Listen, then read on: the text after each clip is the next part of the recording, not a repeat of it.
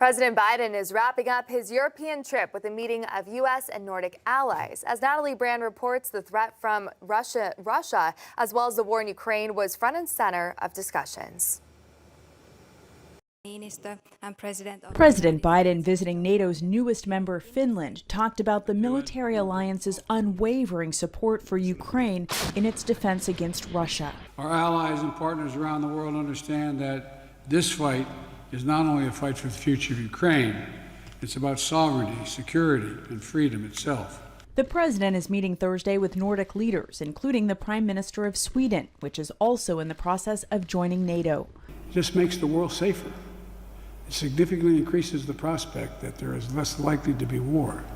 This week, President Biden and allies made clear that Ukraine has a pathway to NATO membership once the war is over.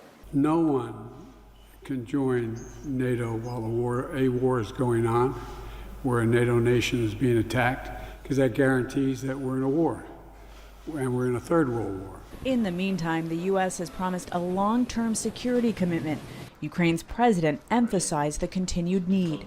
You have to know that you spend this money for not just for fighting. You spend this money for our lives. This comes as the U.S. House has begun debating a defense authorization bill, with some far-right Republicans wanting to cut spending on Ukraine. But that amendment is not expected to pass. Natalie Brand, CBS News, the White House.